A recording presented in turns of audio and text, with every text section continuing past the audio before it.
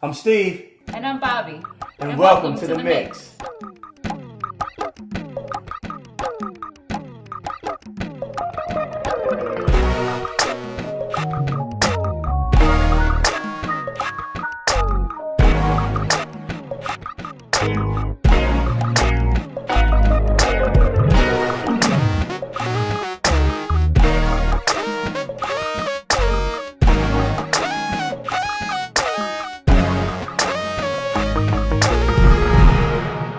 Welcome back to the mix. We just want to thank you guys for joining us. We really appreciate it. You know, this week we got something very special in store for you. But before we get into that, you know, a lot of people are hitting us up and saying, Steve, Bobby, you know, what's the mix? Yeah. What is this all about? What's the hype? What's the buzz? Well, Bobby, tell them what's the mix real quick. I mean, the mix is just, it's your group of friends that talk about married stuff. We're your married friends that you want to bounce your ideas off of. We're the people that you talk to when you got arguments going on or you want to bounce some ideas for what you're going through off some other married couples with. Right, those taboo issues, those controversial issues that people don't like to talk about a lot. Listen, we're going to talk about them right here. So we got, like I said, we got a very special movie today.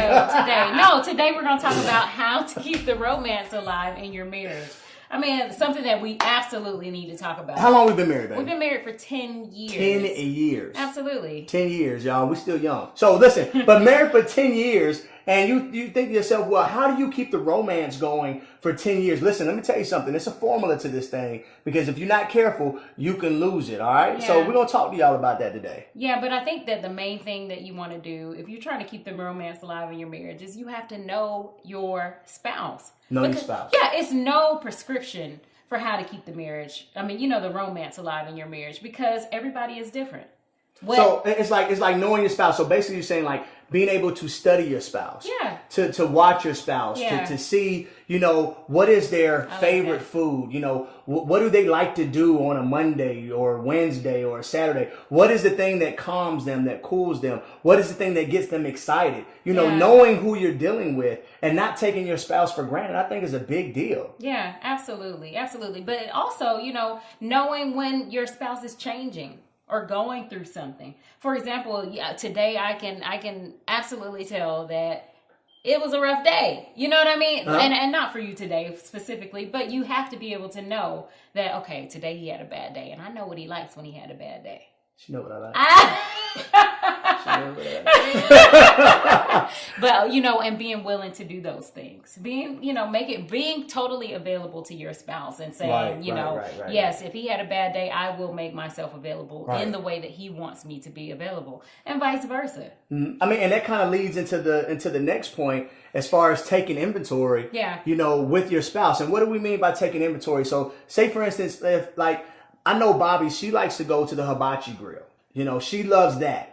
I don't like that. I'm a macaroni and cheese type dude. I'm a lasagna guy. Give me that.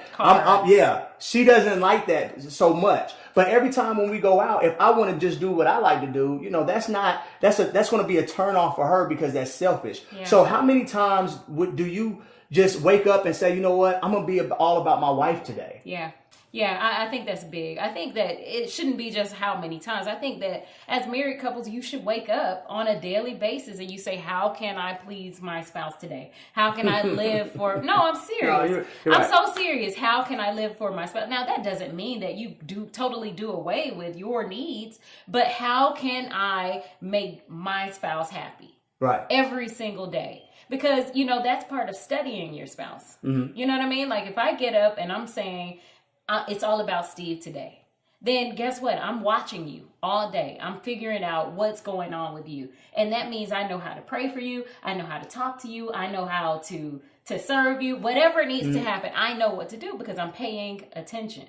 And I think the key word that she said right there is paying attention. A lot of times, listen, I understand we get busy, the hustle and bustle of the day-to-day life. Yeah. Everybody's pulling at you. You're getting pulled 15 million different ways. But you must be able to pay attention to your spouse, because if you don't, then, things can get lost. All right. But you know what? When you talk about paying attention and things getting lost, that's very, very, very key, because what can get lost if you're not paying attention is your spouse can get lost. And I say that because one of the main things that we want to do is we want to stay attractive to one another. Hold on, say it again. We have to stay attractive to one another. Baby, how long we been married? We've been married for 10 10 years. Ain't she fine, y'all? Ain't she fine? But I can say the same thing about my husband. I love the way my husband looks. He knows that I like the full beard. And whenever he can, he throws it in. And yes. But he tries to stay attractive for me because here's the deal. When we walk out of the house, we're attractive to somebody.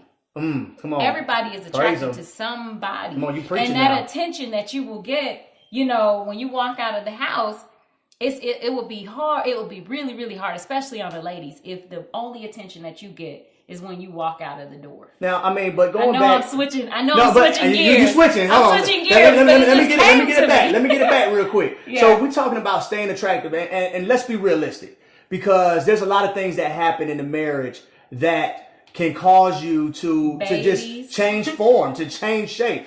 Babies. You know, you're getting older. You know, my wife and I, we got married in our 20s. We in our 30s. You know, so just throughout time, things happen with your body and your metabolism, they slow down. But let me tell you something. There's nothing more attractive than to see your spouse get up in the morning or at night or whatever and make that attempt and really put their best foot forward to go to the gym and to stay in shape and to stay fit so that when date night comes. Yes, when date night comes, you're walking out and you're with somebody that you probably and you look good. You're proud to be with. You know what I'm saying? I like him a little bit. You know, he's cute. But yeah, so staying attractive is absolutely a big point. All right, so real quick, so to kind of recap, so we talked about knowing your spouse. It's very important to know who she or he is. Yeah. Also talking about taking inventory, making sure that you're serving your spouse, you know, being able to wait on them, you know, and then also staying attractive. That is very important. All right. Staying attractive for your spouse because you want to look good. All right. So now it's time for the favorite segment in the show, Ask BS. All right. All right. So the first question from our viewers is, what if the romance is already lost? What if the romance is already lost? Okay. Yeah, so how do you deal with that? Wow, okay. If the romance is already lost, what I want you to do right now is put this tape on pause. Get naked. You always telling people to get naked. Because that's the solution. That's the solution. No, seriously. It works. It works. if the romance is already lost, right, and there's something that you got to do right now, then what you need to do is you need to stop what you're doing right now and do something spontaneous. You know, get away, unplug from your work, from the responsibilities that you have, and take your wife out. If it's just for a night, if it's just getting away for a night, if you get away for a weekend, do that. Do something out the ordinary. You know what? I remember when we had our second son. Mm-hmm. And, you know, our sons came back to back. And honestly, it was not realistic for us to get out. We didn't have babysitters. We didn't need to spend the money at the time. So I'm just saying that it does not matter. Whatever budget you're on, whatever your situation is, you can do something spontaneous. I remember date night in front of the fireplace. We had a picnic on the floor, and it was the best night ever just because it was something different. And it let me know that my husband still desired to spend that intimate time with me, no matter what it was. It was special to me. So I don't want to I hate to get involved in people thinking that it has to look like a beach. Right. You know what I'm saying? Or it has to be some type of grandiose. No. You know, it's just something that's different. It's something spontaneous. It's just something that is out of the ordinary. All right? Yeah. All right. So what's the next question? The next question is, how do you stay romantic with kids and career and, you know, the hustle and bustle and serving and whatever you're doing? Great question. All right. So when Bobby and I got married 10 years ago, our life was very different than what it is now. Oh my gosh. We had one kid, you know, when we first got married, and now you fast forward, we have 4 children. Yeah. And our careers have gone off, and we're so busy and with school and just everything else. So what do we have to do? Here's what you got to do, guys. You got to make time. You got to be intentional about spending time with your spouse, spending time with your husband, spending time with your wife.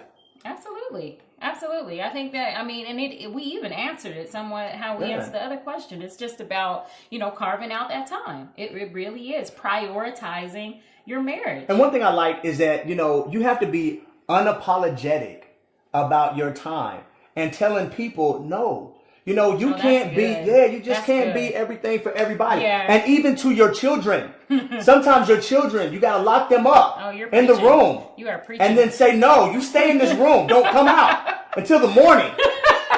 So if I do my children like that, don't neglect your kids. I'm definitely going to do everybody else. No. In all seriousness, you have to be very intentional, and nobody can interrupt that time that you set aside. That's for what your I mean spouse. about prioritizing. Right. You have your spouse needs to be number one.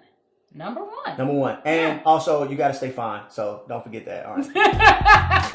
But anyway, so listen, that wraps up today's show. I just want to say thank you guys for coming in and tuning in to Bobby and myself, in the mix. We appreciate you joining us. Please join us again next week.